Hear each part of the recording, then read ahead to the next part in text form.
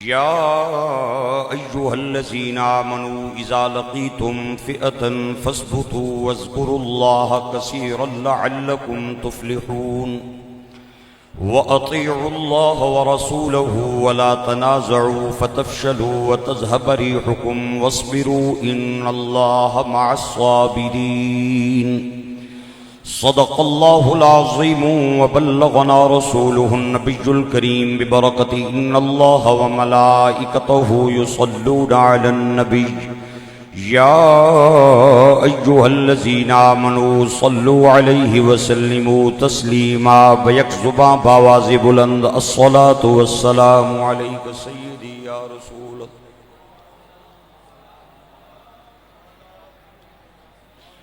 ذوق اور محبت سے ایک بار پھر پڑھ لیں الصلاۃ والسلام علیک سیدی یا شفیع المذنبین وعلی آلک واصحابک سیدی یا رحمت للعالمین.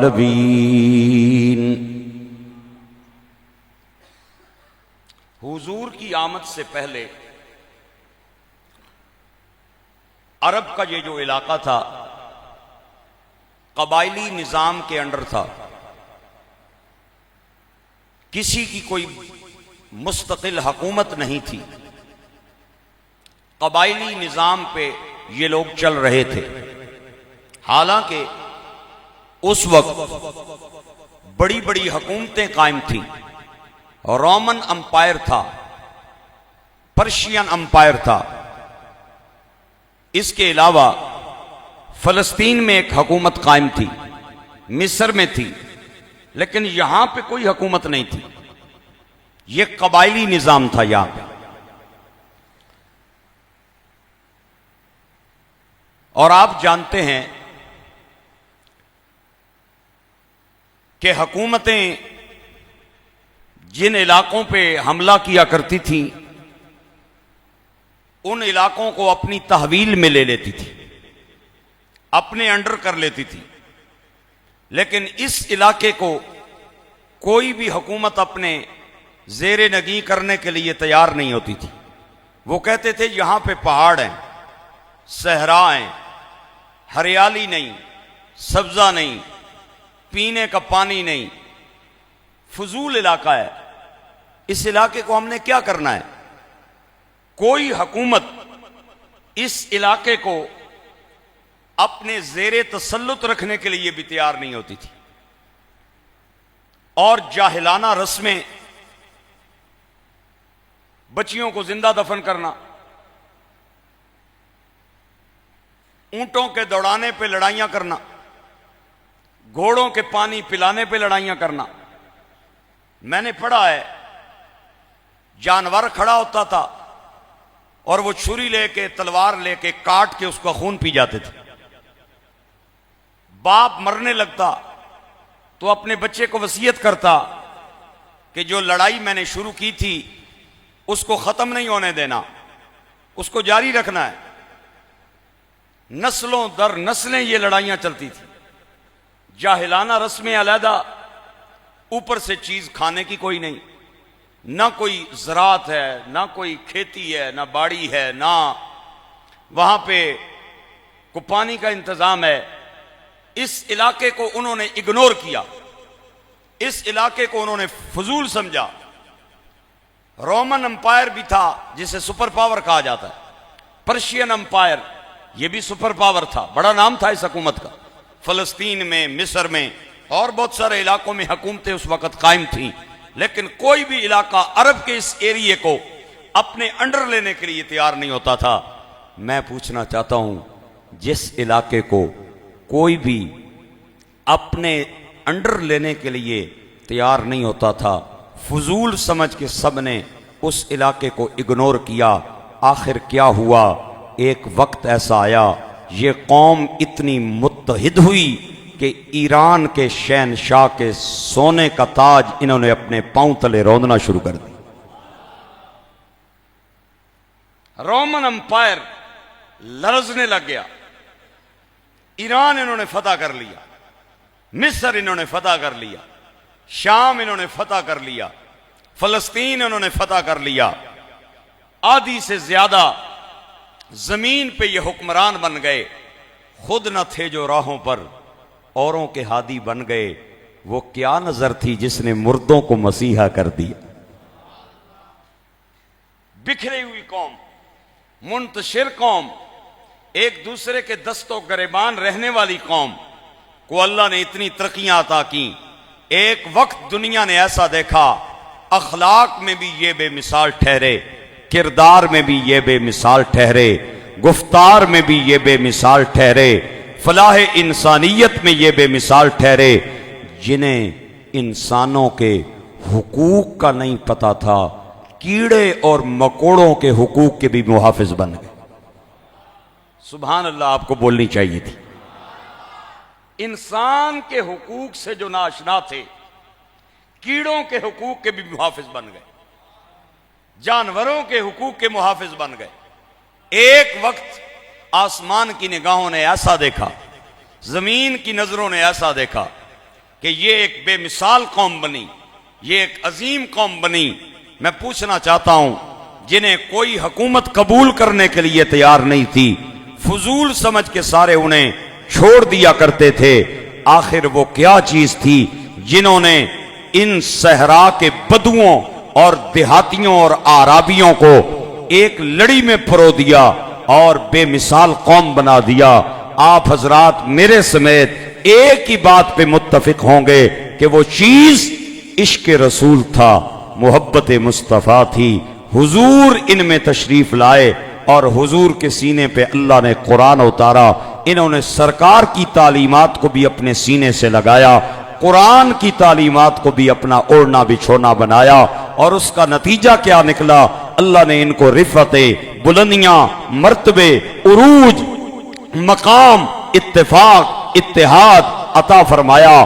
اور قرآن کا آج بھی یہ فیصلہ قرآن میں موجود ہے، وَأَنْتُمُ الْأَعْلَوْنَ إِن كُنْتُم مُؤْمِنِينَ، تم ہی غالب رہو گے، شرط یہ ہے کہ تم ایماندار رہو، غلبہ تمہارا رہے گا، عروج تمہارا رہے گا، مرتبہ تمہارا رہے گا۔ شرط یہ ہے کہ تم مومن بن جاؤ۔ اور ایک حدیث پاک حضور علیہ السلام کی، سرکار فرماتے ہیں ان اللہ لیرفع بہذا الکتاب اقواما ویدعو بہ آخرین، اللہ قرآن کے صدقے بعض قوموں کو بلندیاں عطا فرماتا ہے، رفعتیں عطا فرماتا ہے، اور قرآن سے منہ پھیرنے کی وجہ سے بعض قوموں کو زوال عطا کرتا ہے۔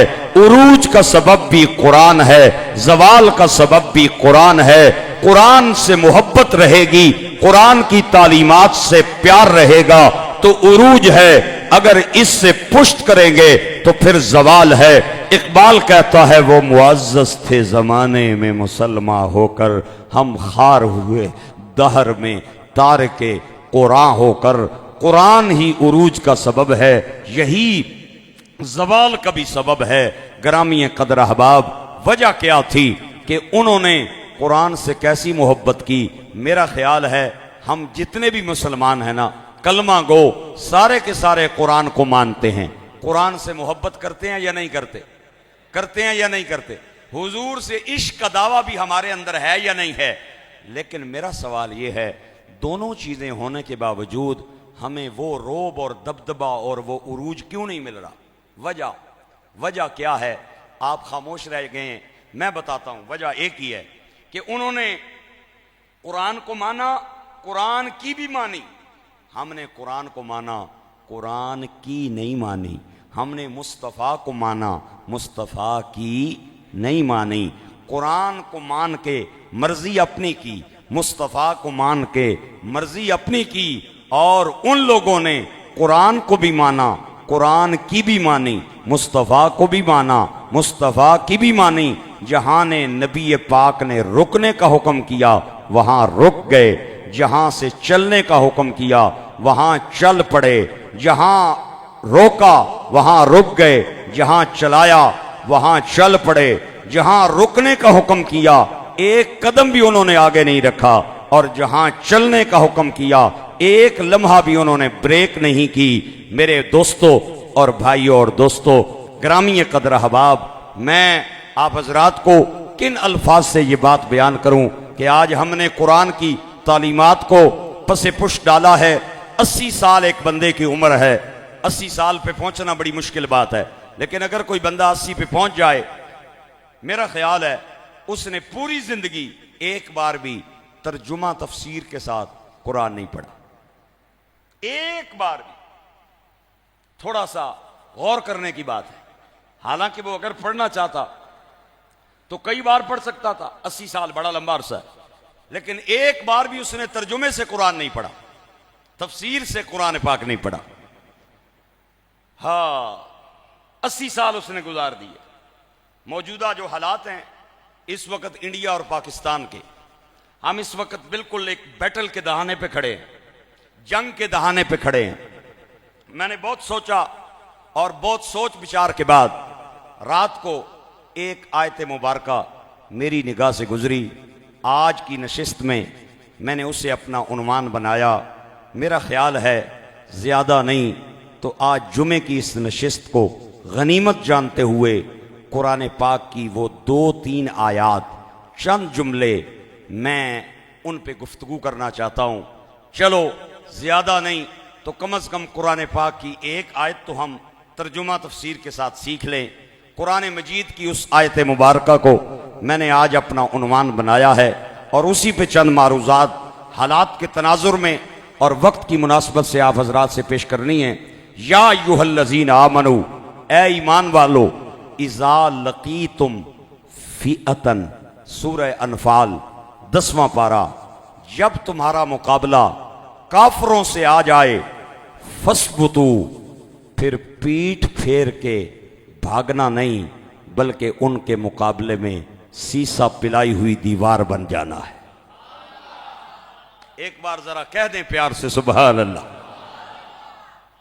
پہلی تو بات ہے جنگ کو مانگنا نہیں، جنگ نہیں مانگنی اللہ سے، اللہ سے خیریت مانگنی، عافیت مانگنی ہے۔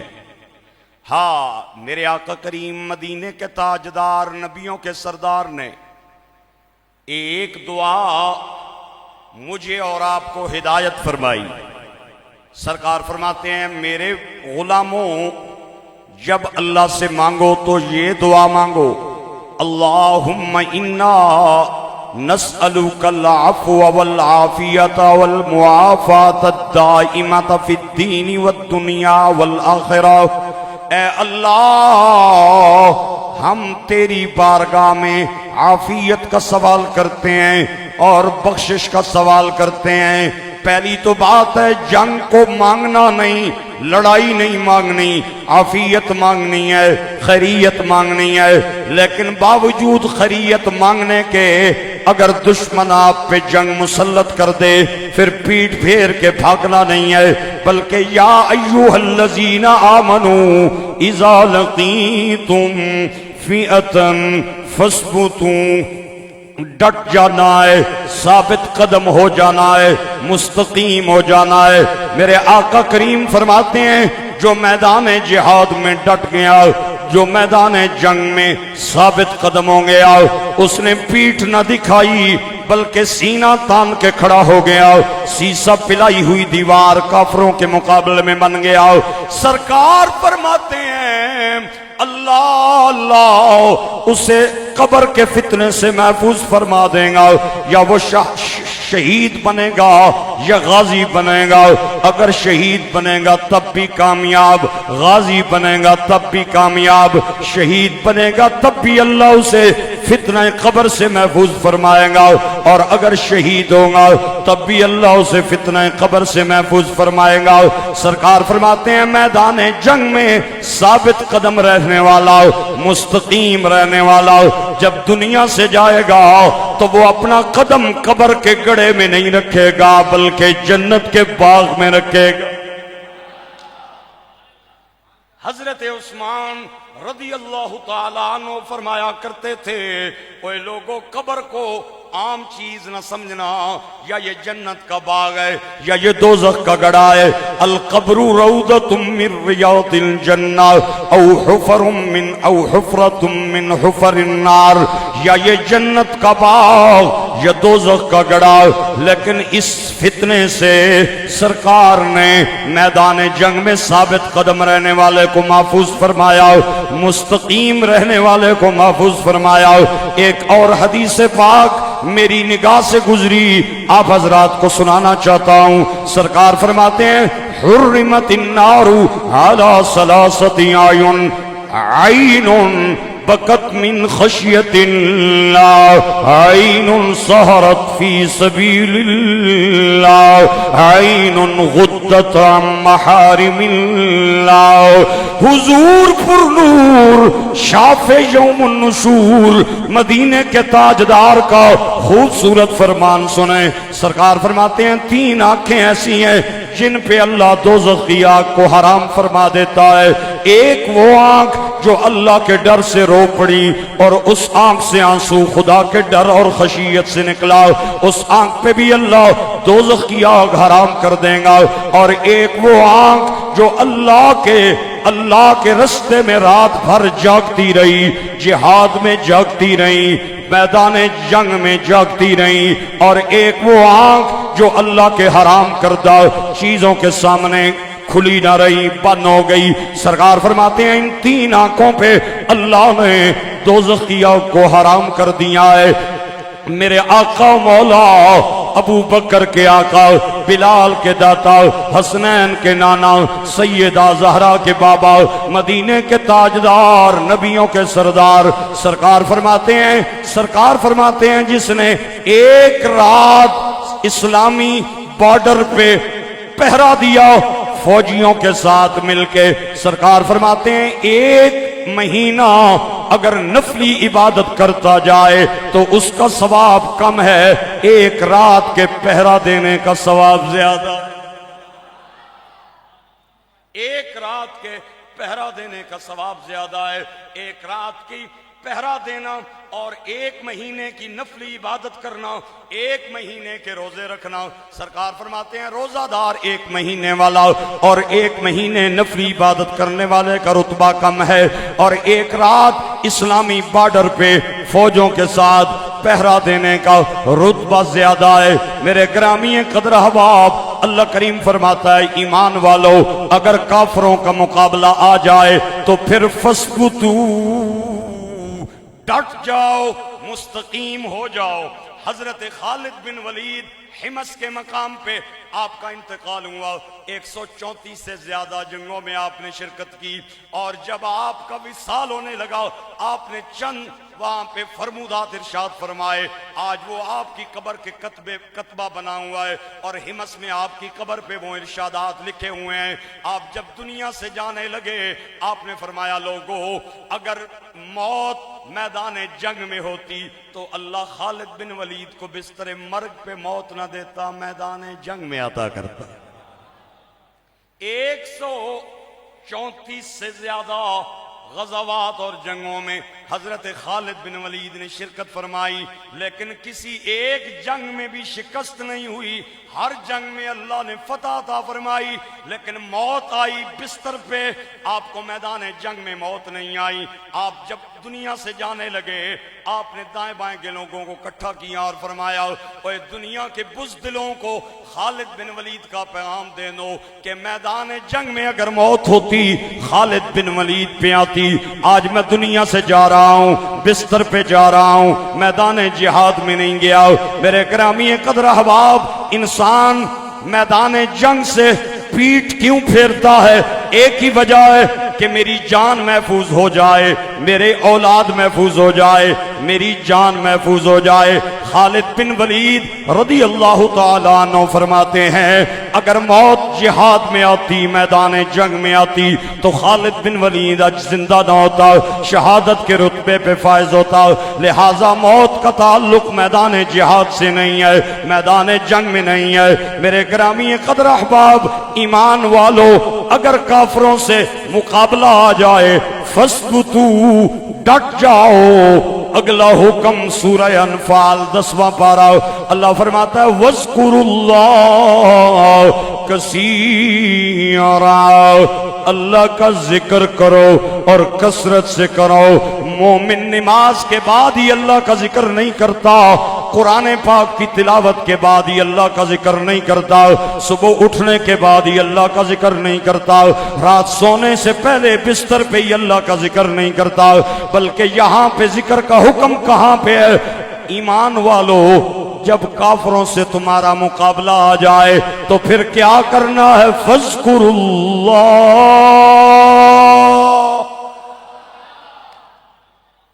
پہلا کام ڈٹ جاؤ، ثابت قدم ہو جاؤ۔ دوسرا کام اللہ کا، بلند آواز سے اللہ کا ذکر کرو۔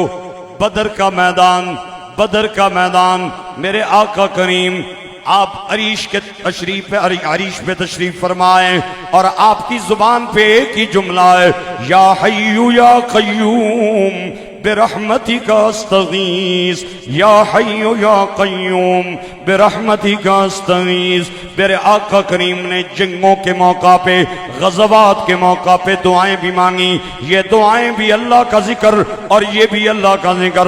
میں نے ایک روایت میں حضرت مولا علی مشکل کشا کے بارے میں پڑھا ہے، آپ جب بھی تلوار چلاتے تھے اور 7 حروف مقطعات کی تلاوت کیا کرتے تھے، کافروں پہ تلوار چلتی تھی مولا علی کی اور ساتھ کہتے تھے الف لام میم حامیم عین سین قاف طاسین یاسین۔ یہ حروف مقطعات جو سورتوں سے پہلے قرآن پاک میں ہیں، ان کی تلاوت مولا علی فرمایا کرتے تھے۔ میں کیا جانوں مولا علی کی تلاوت میں کیا راز ہے، یا خدا جانے، مصطفیٰ جانے، یا مرتضیٰ جانے، میں کیا جانوں مولا علی کی حروف مقطعات کی تلاوت میں کیا راز ہوتا تھا۔ آپ تلوار چلاتے، ساتھ ہی حروف مقطعات کی تلاوت فرمایا کرتے تھے۔ گرامی قدر احباب، سرکار نے اپنی بیٹی سیدۃ نساء العالمین حضرت سیدہ طیبہ طاہرہ فاطمہ الزہرا سلام اللہ علیہا کو چند تسبیحات عطا فرمائی۔ جب آپ نے آ کے حضور کی بارگاہ میں اپنی تھکاوٹ کی شکایت کی، اللہ کے نبی ایک لونڈی مجھے بھی دے دیں، میرے گھر کے کام کاج کرے گی۔ دیکھیں چکی چلاتے ہوئے میری ہتھیلیوں پہ چھالے پڑ گئے ہیں، مشکیزیں اٹھاتے اٹھاتے میرے کندھے دکھ چکے ہیں، حضور مجھے دیں، بچے میرے چھوٹے ہیں، گھر کے کام کاج کرتی رہے گی۔ سرکار نے فرمایا فاطمہ ہم نے کیا کرنا، ہم نے کیا کرنا دنیا کی چیزوں کو۔ اللہ کے نبی ٹھیک ہے دنیا کی چیز ہے، لیکن میرے بچے بہت چھوٹے ہیں، گھر میں بڑی تکلیف ہوتی ہے، کام کاج کرے گی۔ سرکار نے فرمایا تیرا والد تجھے اگر ایسا وظیفہ بتا دے، اگر تو پڑھ کے بستر پہ بعد میں آئے گی، تیری تھکاوٹ اللہ پہلے دور فرما دے گا۔ کون سے سرکار؟ فرمایا، آپ نے فرمایا 33 بار سبحان اللہ، 33 بار الحمد للہ، 34 بار اللہ اکبر۔ اس تسبیح کو تسبیح فاطمہ کہا جاتا ہے، نمازی نماز کے بعد پڑھے گا، بڑی فضیلت ہے۔ ایک بندہ مولا علی باغ کی بارگاہ میں آیا، آ کے کہتا ہے حضرت صاحب سرکار نے یہ تسبیح عطا فرمائی، آپ بھی پڑھتے ہیں؟ فرمایا الحمدللہ ہر نماز کے بعد پڑھنا میرا معمول ہے۔ پوچھنے والا کہنے لگا علی کوئی ایسا موقع آپ کو یاد ہو کہ آپ نے نماز پڑھی ہو لیکن تسبیح پڑھی نہ ہو؟ آپ نے فرمایا زندگی میں مجھے کوئی ایسا موقع یاد نہیں کہ میں نے نماز کے بعد اس تسبیح کا وظیفہ نہ کیا ہو۔ پوچھنے والا کہتا ہے حضرت صاحب یہ بتائیں میدان جنگ میں بھی آپ کو یہ تسبیح یاد رہی؟ آپ نے فرمایا میدان جنگ میں بھی یاد رہی، میں نے میدان جہاد میں بھی اس تسبیح کو نہیں چھوڑا۔ ہاں مومن کی یہ شان ہے کہ جب کافروں سے اس کا مقابلہ آ جاتا ہے تو وہ پھر ثابت قدم ہو جاتا ہے، وہ پھر ڈٹ جاتا ہے، وہ پھر پیٹھ پھیر کے نہیں بھاگتا بلکہ سیسا پلائی ہوئی کافروں کے مقابلے میں دیوار بن جاتا ہے۔ میرے انتہائی غیور بھائیوں اور دوستوں، مومن کے دو کام ہیں، ایک ثابت قدم ہو جانا اور دوسرا اللہ کا ذکر کرنا، اللہ کی تسبیح بیان کرنا، اللہ کی حمد و ثنا بیان کرنا۔ ہاں، اس موقع پہ بھی آج اگر کوئی بندہ مسجد میں نہ آئے تو اس سے بڑا کون غافل ہو سکتا ہے؟ اس موقع پہ بھی اگر ہمیں قرآن کی تلاوت کی توفیق نہ ملے تو پھر یا تو وہ بندہ غافل ہے، اسے پتہ ہی نہیں ہے کہ اس وقت پاکستان اور انڈیا کے کیا حالات ہیں، یا وہ پھر کمال درجے کا خود غرض ہے، خود غرض ہے، اسے صرف اپنی فکر ہے، کسی بات کی اسے فکر نہیں۔ اس وقت دو ایٹمی پاوریں، دو ایٹمی پاورز آمنے سامنے آ چکی ہیں۔ ایک چھوٹی سی شرارت کی دیر ہے، آگ اور بارود کے سوا اس خطے میں نظر ہی کچھ نہیں آئے گا۔ جن قوموں نے جنگیں دیکھی ہیں ان قوموں سے پوچھیں کیا حالات ہوتے ہیں، نہ گھر میں امن ملتا ہے نہ باہر امن ملتا ہے، نہ گھر میں امن ہوتا ہے نہ بازار میں امن ہوتا ہے، ماں بچوں سے جدا، بچے باپ سے جدا۔ جس کو آج جنگ کی تلخی کا نہیں پتا وہ غزہ کے لوگوں سے جنگ کی تلخی پوچھ لے، یمن کے لوگوں سے جنگ کی تلخی پوچھ لے، عراق اور شام کے لوگوں سے جنگ کی تلخی پوچھ لے۔ آج 2 سال ہونے کے قریب ہے، کوئی ایسی جگہ نہیں غزہ کی جہاں پہ قبر نہ بنی ہو۔ ان کے ہسپتالوں میں بھی قبرستان، ان کے سکولوں میں بھی قبرستان، ان کے گھروں میں بھی قبرستان، ان کے سڑکوں بازاروں میں بھی قبرستان۔ میرے بھائیوں، قبرستانوں کے پورے شہر آج غزہ میں آباد ہو چکے ہیں۔ وہ کبھی سامان اٹھا کے ادھر جاتے ہیں، کبھی سامان اٹھا کے ادھر آتے ہیں۔ میرے گرامی قدر احباب، انتہائی مشکل حالات آ جاتے ہیں۔ اللہ نہ کرے ایسے حالات میرے ملک پہ آ جائیں، میرے ملک کی قوم پہ آ جائیں، ملت پہ آ جائیں۔ میرے بھائیوں اور دوستو، جنہوں نے جنگ کی تلخی پوچھنی ہے، شام چلا جائے، عراق چلا جائے، یمن چلا جائے، لبنان چلا جائے۔ آج کیسے حالات میں وہ لوگ وقت گزار رہے ہیں۔ ہاں، ایک چھوٹی سی شرارت کی دیر ہے، ایسی آگ بھڑکے گی، ہر چیز کو بھسم کر کے رکھ دے گی۔ میں اور آپ ایسے ملک میں رہتے ہیں، ہماری بدنصیبی ہے کہ جب انڈیا پاکستان کی تقسیم ہوئی، اس تقسیم میں بھی جواہر لال نہرو نے وائسرائے ہند کے ساتھ مل کے پاکستان کی تقسیم کو غیر فطرتی انداز سے کیا۔ پنجاب آدھا ہمارے پاس رہ گیا، آدھا پنجاب انڈیا والوں کے پاس چلا گیا۔ حالانکہ چاہیے یہ تھا، پنجاب ایک تھا، پاکستان کے پاس ہونا چاہیے تھا۔ یہ مسلمانوں کا پنجاب تھا، یہ پاکستانیوں کا پنجاب تھا، لیکن ستم ظریفی اور بدنصیبی یہ آدھا پنجاب ہمارے پاس رہ گیا، آدھا پنجاب انڈیا کے پاس چلا گیا۔ اور پھر کشمیر کو ہمیشہ کے لیے ایک متنازع مسئلہ بنا دیا گیا تاکہ یہ ملک آپس میں ہمیشہ لڑتے رہ جائیں۔ جب وزیرستان اور فاٹا کے لوگوں نے، قبائلی لوگوں نے تلواریں اٹھائیں اور کشمیر پہ انہوں نے چڑھائی کی، بھارت کا تسلط ختم کروانے کے لیے وہ میدان میں آئے۔ اس وقت کا جنرل گریسی جو پاکستان کا آرمی چیف تھا، اسے قائد اعظم محمد علی جناح نے کہا تھا کہ اپنی فوجیں ان قبائلیوں کی حمایت میں کشمیر پہ بھیجی جائیں، کیونکہ کشمیر کے لوگ پاکستان کے حمایت کرنے والے تھے۔ لیکن باوجود قائد اعظم کے حکم کے جنرل گریسی نے فوجیں نہ بھیج کے ہمارے ساتھ زیادتی کی۔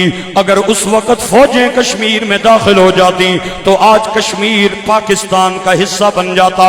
اور پھر دیکھ لیں کیسے حالات ہمارے ملک میں آئے۔ ایک ملک سمندر پار بن گیا، ایک ملک سمندر آر بن گیا۔ یہ مشرقی پاکستان بنا، وہ مشرقی پاکستان بنا، یہ مغربی پاکستان بنا۔ یہ پاکستان اور انڈیا کی تقسیم غیر منصفانہ طریقے سے ہوئی، اور ہمارے بزرگ فرماتے ہیں دعا کیا کریں اللہ دشمن بھی دے تو خاندانی دے، دشمن بھی دے تو ہمارا دشمن ذلیل ترین، رذیل ترین، کمینہ ترین